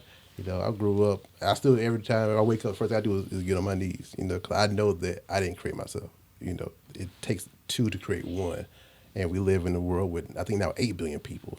So obviously there's something out there, call it what you want, or some divine creation. But with that play on words, on scriptures, like, for me, I'm the God. So it's like, my rod and staff comfort. That's a Bible verse, but I kind of, perverted it. But my whole thing is that it's light, it's fun, but I'm still letting you know that I'm spiritual, letting you know that I'm powerful. I'm gonna give you an education lecture as far as being black. Yes, I am black, but like I said, if it's 7:30 in the morning, I don't want to know about anything related to, well, did you know that the first pyramids and all that? Ain't nobody got time for that. So it's like melanin's worth more than gold. So you don't have to wear chains. You know what I'm saying? You don't have to put Louis Vuitton on or Gucci on you. I can be butt naked worth more than gold because my skin alone is value. Google it. It's factual. Google. I'm not capping. Like, this is stuff that black people need to realize. And then the size of Africa, how big it truly is. Like the Sahara Desert is bigger than the United States of America itself. That's just a desert. But anyway, I get excited to talk about that. But I don't want to hear about it, 5:30 in the morning. But my thing is like, Mark of the best, because like I say, growing up in a church environment, I believe in a higher power. I've seen the workings of the Most High in my life and in other people's life. So with that, just know that you are here because you were the fastest sperm cell. So you won the race, the first race in life. You were a champion. It takes two to make one, so don't ever get too big and think you don't need nobody. But also, we are spiritual beings having a physical experience. And energy is neither created nor destroyed. So just like you said, this physical life, we have a life cycle, but that's not the end. So once you do that and have that totality, and you can be, like you just said, your full self, you can really enjoy life, because now you see things differently, but you can appreciate it at face value. You can appreciate other people's perspective. Don't feel like, oh, I have my bachelor's, I can't talk to nobody who just got who doesn't have a diploma or a GED, or I got my doctorate, so I can't talk to nobody who has a master's. You know what I'm saying? It don't matter. We all get constipated. You know what I'm saying? We're humans. You know what I'm saying? We're humans. That's my whole point. At the end of the day, no matter how big you feel, we're still human. So let's enjoy life, have fun, and just be safe. You know what I'm saying? At the end of the day. It's in the Bible that you're God anyway. Because most people who would deny it are probably Christians who don't want to hear that, and so it's not blasphemy. I heard it as a 5%er, and I still, practice I still practice a lot of the Jews, of the gods and earths, and I still practice a lot of tenets I learned from Islam, but Christianity is what I was reared in and brought up in. And it's right there in the Bible. Even Jesus said it, like that you're God. So my thing is you'll understand what it means to be a God when you behave like one. And a God controls him or herself. They control their emotions. They don't let other people control their emotions. They control themselves. They, like you said, impossible is just a word. I'm possible. So there's no what's not possible. I said I wanted to be an artist. I wanted to control my own economy. I'm doing it now. I wanted to do things with my friends. I'm doing it now. I wanted to be interviewed about my music. It's happening now. You understand what I'm saying? Like, it's happening. So I'm God. I'm God, but I'm God who understands that I just heard it from this God. I control what I can and what I can't. And that's it. So that's the last thing I said. I know it's 2 more questions. All right. What's a new skill or maybe a new tool you might have picked up recently, or maybe in the last 2 or 3 years or so, that's benefited you in the current day? A new tool. Or something new you learned. I'll just say something new you learned. I can go real quick. Sometimes I just need to listen. I don't have to put my input in. Sometimes people talk and they just want to tell you something.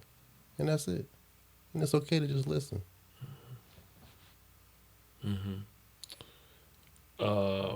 I'm looking younger because I'm allowing my body to address when I feel hunger.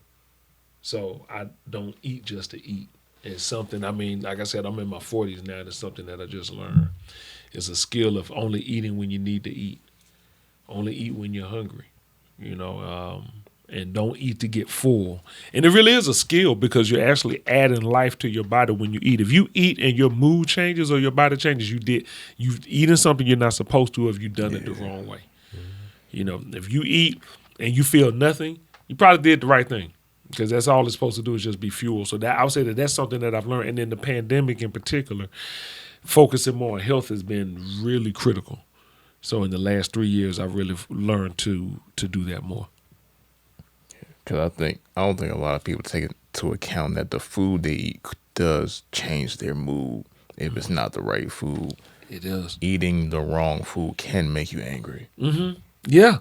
Oh, it's real. All them hot Cheetos, man. Spicy Man, it's real it's all about cheese. moderation. You get locked up more ways than one. Clink. That's conservation. That'll change your mood. We humans. Hey, I want to slap anybody because I can't get it out.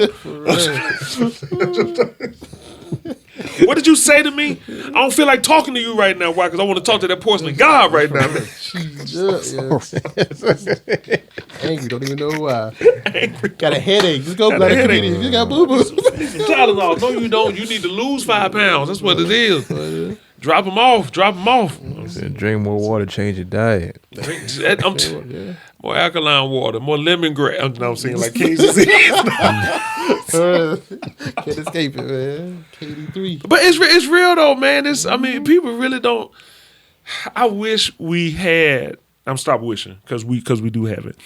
I want more of us to focus more on all aspects of health: mental, physical, financial. It's gotta be, in my opinion, anyway. It's gotta be a personal journey personal, spiritual. Because going back to kind of what I said earlier, not everybody's gonna make it with you. So that's another way I've kind of been able just to move smooth sailing and just be calm about what goes on in life because people gonna do what they want to do regardless. True. And it's only a certain amount of people that's supposed to be doing certain things at a certain time to uplift. Not everybody's going to be able to come along because there's certain intellects that just don't need to be in the same place at the same time. I know it sounds weird, but it's totally clear. You can't have everyone come along for the journey because everyone thinks differently. That's right. If you literally ask 10 people what could be the advancement of something, you might get 10 different answers. That's where the issue comes into play at. You got the right people doing the right things, cool. We're trying to bring a lot of people along and for a goal. Most likely doesn't go far because people have their own ideas of how they want to get there. For sure. You know, but that, and so definitely no disagreement there. You know, where I was going is I think for people who want their own personal success, just personal success. I'm not saying millionaire, billionaire. I'm just saying your own personal success. I think that there's some common key things, some key, it's almost like verses or principles that people use. And I think that we set them. You know, I think that knowing who you are, figuring that out, being able to withstand and stand on your own. And then once you start learning new things and then you see what works, being willing to do something different. You know, and I think that if people do that, and that's where it gets to be about health again for me. You know, I think that if people took their health more seriously, all aspects, you know, they just have a different existence. But yes, you're right. You can't bring everybody along. It's not for everybody. Wealthy health isn't for everybody. Just like healthy wealth isn't for everybody. Yeah. So yeah. Bar. That is a straight bars. Bars. What is your brand?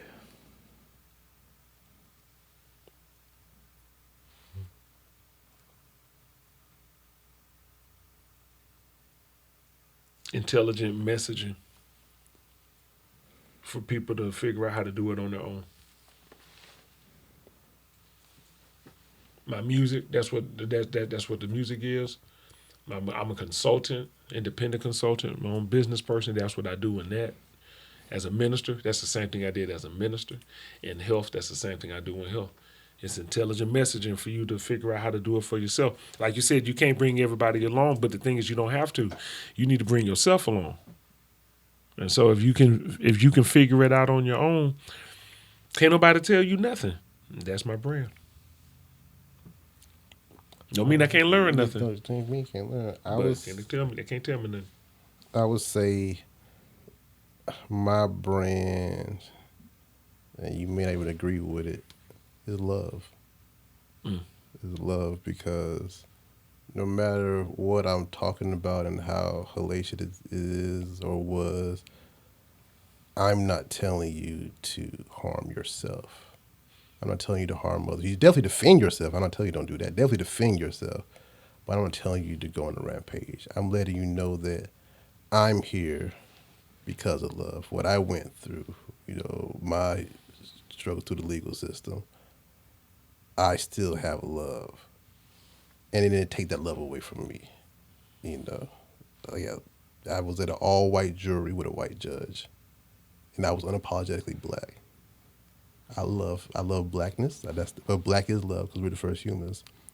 So all my stuff is about us, and I'm not going to apologize for it. But we are nurturers, and we are protectors. And if you love something, you protect it. So mine is about love. I appreciate your answer. However, do you have something else for that? Reason why I ask, because when I ask people kind of what is their brand, I kind of look at it as from a perspective of, if I have, or somebody had this amount of money to give you to do what you do, as far as what your brand is, what would I or they be invested into as far as your brand, as far as specifically what you do, what you bring to the table, as far as your brand wise? So you'll be investing into the community, because I love myself and I love the community. And it's like anybody who has an addiction. It's like Richard Pryor said, if you have a $50 crack habit, give them $5,000. You got a $5,000 crack habit. Give them $5 million, you got a $5 million crack habit. But what I'm giving you is the recipe for setting up a solid foundation, for elevation, and for liberation. If you love yourself, you'll free yourself. So if I had that much money, we would have a lot of free thinkers. We have a lot of people with more opportunities. We have a lot of healthier people. We have a lot more resources, a lot more education, and not just, I'm going to teach you Black history on February and have you know nothing about yourself. I'm going to teach you that there's a world out there. You can learn ancient history. I took that in NC State. So if you give me that money, what you're going to get is a better society. You're going to get a utopia, something that we could all live in. But that's what the Easley Branch is right now. We're that utopia. So you create your own universe, like the Marvel universe or the DC universe. I'm going to give you that foundation to let you know what you invested in is yourself, because you're a part of this community and you actually changed the lives of so many people. You encouraged so many people. You told so many people that, hey, you're beautiful. We got a song, but I was one that you literally said it in a song, how many songs you listen to and they tell you you're beautiful. Like, what? Like, golly, you be having a crappy day and you hear one of our songs and literally tell you you're beautiful. So you just save somebody's life right then and there. Right. No matter how much money you have, suicide is real. People still kill themselves, Yeah. So what you're giving me with that money, you're just planting that seed to actually have a better world. Hopefully that answers your question, but it may or may not have. It was a better elaboration. And you gotta appreciate feedback too. You know what I'm saying? You got to. So if I didn't answer your question, I didn't answer your question. But I tried to my best of my ability to understand it and answer the way I could. So. All right. Okay. I'll let you have that. Hey, you know what I'm saying? I'm take that one with you, bro. Take it with me. I'll let you have it. I receive it, yo. I appreciate it. Yeah, all right. Is there anything y'all would like to ask me? I'll say, what is your motivation? I'm determined. I'm determined to do what I say I'm going to do every single time I say I'm going to do something. I'm determined to achieve my goals. I'm determined to make and develop a building for creativity for the brand I have, Retro Soundwave Media. LLC, that's official. 2020 it was official. So He answered his own question, y'all. yeah. He what? So he answered his own question about what's your brand. Oh, he got yeah. I got an LLC. Yeah, that's grown. Yeah, but that's pretty much just determined to be what I say I'm going to be and to be wealthy, healthy, and successful.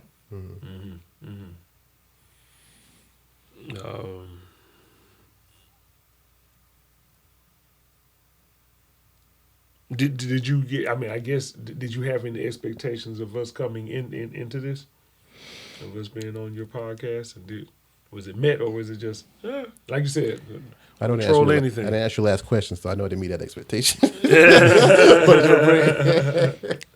didn't really have any expectations. I just want to make sure I would do a great interview with the people I have on the show. This is how I think about when I invite people on the platform I am involved in. Even if I'm one of the sole creators or not, I just want to make sure the people that arrive to the show have a great time. That's all. And I develop and try to get something out of them that if they have prior interviews on other platforms that they may not have said or done on the other platforms, try to have something different because of what we offer as a show is a little different than most other shows out there because we're unique just like everyone else is, but in my opinion, we're crafting a different type of environment in the podcast land. Okay. LLC stands for, as far as the podcast, Lucrative Life Conversations. So that's what I try to have. That's what we try to have with each of our guests. Is a lucrative life conversation, and you can at least get 2.5 of them. You can at least get 2.5 of them each show. So yeah, I think we had that today. Then okay, yeah, this was good because it felt good to talk outside of music, and outside of academia and all of that, and talk about other stuff. So yeah, I appreciate you also you having us on your platform. This was it was fun for me. It's fun to rock the mic a different way with my brother. Definitely. So yeah. It's good to sit down too, man. Some comfortable chairs. Yeah, just not comfortable chairs. Yeah. The comfortable chair. Yeah. yeah, because I know people have more to offer than what they may present in a certain light, and especially from obviously knowing your catalog of what you've done and also what you've done as well. Y'all way more than just we make records on wax. Y'all do way more than that. And I just want to because anybody can review and just talk about straight music or straight rap with people. I mean, that's cool and all, but it's more to them besides just the music. True. Because music don't make the person makes the music. Bars. That's it. I'm back up from the mic. I can't drop the mic. I can back up. I can back up. Back off. So just trying to get more of the person because everyone has a journey from goods, bads, and in-betweens, and just want to get the glimpse of that from their experience on all levels. And there's people that's the highs that had the experience in the middles and the lows, up and comings, just want to talk to people and get the perspective from all levels because there's something to learn from each level that I believe people may need to hear or didn't know they need to hear, and now they've heard by listening to the show on our platform. Man, what do you do?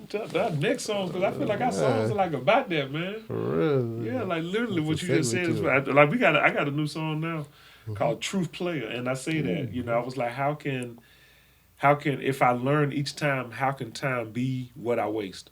Like if I learn each time, so if I'm taking something from it, then how am I actually wasting my time? Right. What you just said. Yeah. Anything else y'all want to talk about? It's plenty to talk about, but I know we hitting that time. I'd love to come back on your show. Yeah. Because I'd love to talk. I mean, now that we've had conversations, a lucrative life conversation. I mean, I'd love to talk about how we manifest it in the music or in the art or even in business. How we do that, because I think that's the key to our success is that we do rap about our truth or our experience. We do make music about it, And I think that it's creating avenues of funds for us now, but we had to stick to it. We had to stick to it. We've been doing this for 11 years. Well, 2008, 14 years now, going in 2023. But this the first year. It's not the first year. It's really the third year. But it's the third year, but it's the best year that I've been able to pay everybody that I worked with on the label in music, pay them something significant, like thank you for the music, thank you for the beats, thank you for putting the album out, thank you for the videos, thank you for this, here go t-shirts for you, here go albums for you. But it took us a while. It took us a while to get there. Some people can probably get there in a year. It took us a minute. Mm-hmm. And we still building. We still got merch, t-shirts, CDs. We still got those. We got wax now, records. But it took time. It took time to get there, and we still building. Yeah, definitely. Was that? Let's say you are an author as well. So yeah, I have a book that's out. We're recording the audio book right now, and book number 2 is on the way. Just got a contract for that. So yeah, we definitely got to get y'all back on the show to talk more about that, because I did want to get to it, but obviously because of time, it's just But yeah, because I know. That's one of the main things I did want to get to, is like the business. That's a business right there. I'm learning and growing, man. I'm learning and growing. Business is, if you keep everything is transactional. Everything in life is transactional. It's not about this is just a transaction. It's the kind of transaction. Mm-hmm. And it took me a minute to get my business straight. And I'm always straightening it out. But and once you start treating your time like a business, just like treating your business like a business, you don't have time to overreact. You don't have time to lose your cool, because you know that each time you overreact and lose your cool, you losing money. Each time you go and spend because of a commercial, you have lost control of yourself. Each time. That means somebody else is controlling you. Some come on TV. Oh, I got to buy that. They got you. That's when you know who's the difference between the consumer and the creator. A creator don't get motivated by things that he or she sees. It's more about what's going on in here. So, and to me, there's a lucrative life lesson. There you go, triple L right there. Right there. We can close on that. I just gave you something. That's right. You can eat on that for the rest of your life. Literally. Matter of fact, before you die, you still eat on it differently. Yeah, whatever. Yeah. From Save Your Life Music to Save Your Life Conversations. This is the conclusion of the 2.5 LLCs podcast. He leaving me hanging. My bad. I was looking at the camera. No, I was looking at the camera because I didn't know the camera the entire time. You were self-absorbed. That's all right. It's all right. Yeah, I was doing it's all right. You know what I'm saying? It's all right. It's what I wasn't supposed to. I said, I'll never leave you hanging right now. This is the conclusion. There's a camera right now. Of the 2.5 LLCs podcast, and I appreciate my guests for being on the show, B and Dr. Rashad Easley over here.